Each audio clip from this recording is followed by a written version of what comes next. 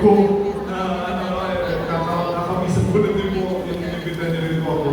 Pero parang hindi ko maintindihan ang aking damdamin no, sa mula nung ako'y naging parish priest at nahiwalay yung Archdiocese of Manila, ang Pasig, nahiwalay sa Archdiocese of Manila. Nandito po ako sa inyong parokya. Kaya ang nangyayari sa akin ay mukhang merong parang nakaugat. Parang nakaugat sa akin na inanong mga parokyang ito. At medyo sinusubaybayan ko rin po yung paglago po ninyo. Kaya nakikita ko para po ang inyong parokya ay isang alak. No? Alak na sabi nga ba tama ba naman? Kasi hindi ko lang po yung alak. Pero sa pagtagal ng panahon, itong alak na ito ay lalong sumasarap. Ganun po yata yung at mapapadasal po, kasama po ako sa inyong manalangin kung tumatanda ang inyong parokya, natural, tumatanda rin ako. Ganun pa rin po ang aking diwa, ganun pa rin po yung aking manalangin na ako'y tubang nagpapasalamat sa Diyos sa bahagi ako ng parokya ng ina ng mga lumahan. Amen po. Nandito po sa Western Bicutan, paano po ang patuloy na paglago, yun po ang aking panalangin. Patuloy na paglago sa pananampalataya hanggang sa masilayan natin hinubog na, no? Yung pag-uhubog natin ang ating pananampalataya at ang buhay parokya nito. Kaya napakaganda rin po ng inyong tema, no? Para sa taong ito, yung tungkol po sa inanamatapat bilang gabay, no? Bilang tala sa paglalakbay pag-asa, no? At yung paglalakbay na doon ay sagisag ng sinasabi natin synodality ngayon.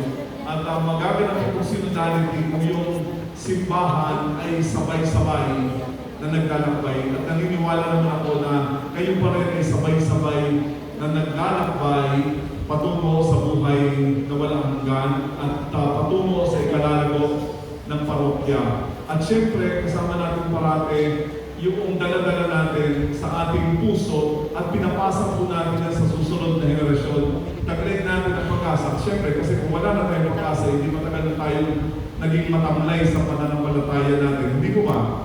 Pero nakikita ko yung paglago po ng inyong pananampalataya. Nasa 30 years na po tayo ng ating existence. At much more, no? Hindi man tayo at this point, hindi pa tayo umabot ng 400 years yung ating parokya. Pero pagpasal po natin sa tamang pagkakaugat nito sa ating Panginoong Jesucristo, sa kanyang values, tumabas nawa ang tunay na diwa ng ating pagiging simbahan. Amen? Amen. Kung mabusugan po tayo ng mga mabubuting values, alam niyo, may mga simbahan na sa struggle, no? sa mga ganito. Merong mga parokya na maaari ay naging sugatan, no? Dahil sa mga intriga at ano naman, hindi naman din na-accept tayo sa mga ganyan dahil sa part of our human reality. Pero napakalaki pa rin bagay yung tamang pagkakaugat at yung tamang paglago habang dumadaloy ang panahon. Kaya mga kapatid, pagdasal po natin, kaya nga pag-asa, hindi pa natatamo kasi siyempre kung natamo na, akala na natin, okay, hindi mag-iwag na tayo, pero hindi pa tapos ang Diyos sa atin. Amen? Amen. At hindi pa rin tayo tapos sa paglago, no? Okay. Dito po naman sa ating Ebanghelyo, gusto kong itapat yung Ebanghelyo. Pangalawa, maging malakas tayo para malabanan natin, no? Yung mga tukso o yung mga kasamaan ng ating buhay.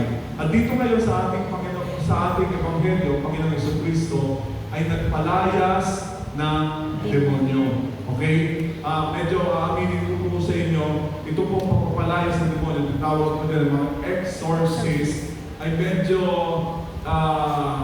inirepresent po natin sa isang tao o isang pare na merong siguro gift o kaya merong inamoy, no? Para yung panan ng ganong gawain. Pero sa amin, pag-magdadasal rin kami, makakita kami, naku, inaalihan ng demonyo ito, nakakatakot. Hindi ko lang alam kung si Father Jay kaya yan, no? Ewan ko sa mga exorcist na yata si Father Jay. Pero ewan ko kung nakakita kayo ng ganoon, ako rin, nabilin ko ano sinabi niya kay Maria Beco, no? At ang sinabi niya, I came to alleviate suffering. Di ba? Hindi kasama na rin yun. Pero Lord, paano? No? Siguro una, yung tubig, nariyan yung tubig na ang simbolismo ay reserve na yung tubig na yan, hindi gagamitin ko. Pang-alleviate ng mga paghihirap.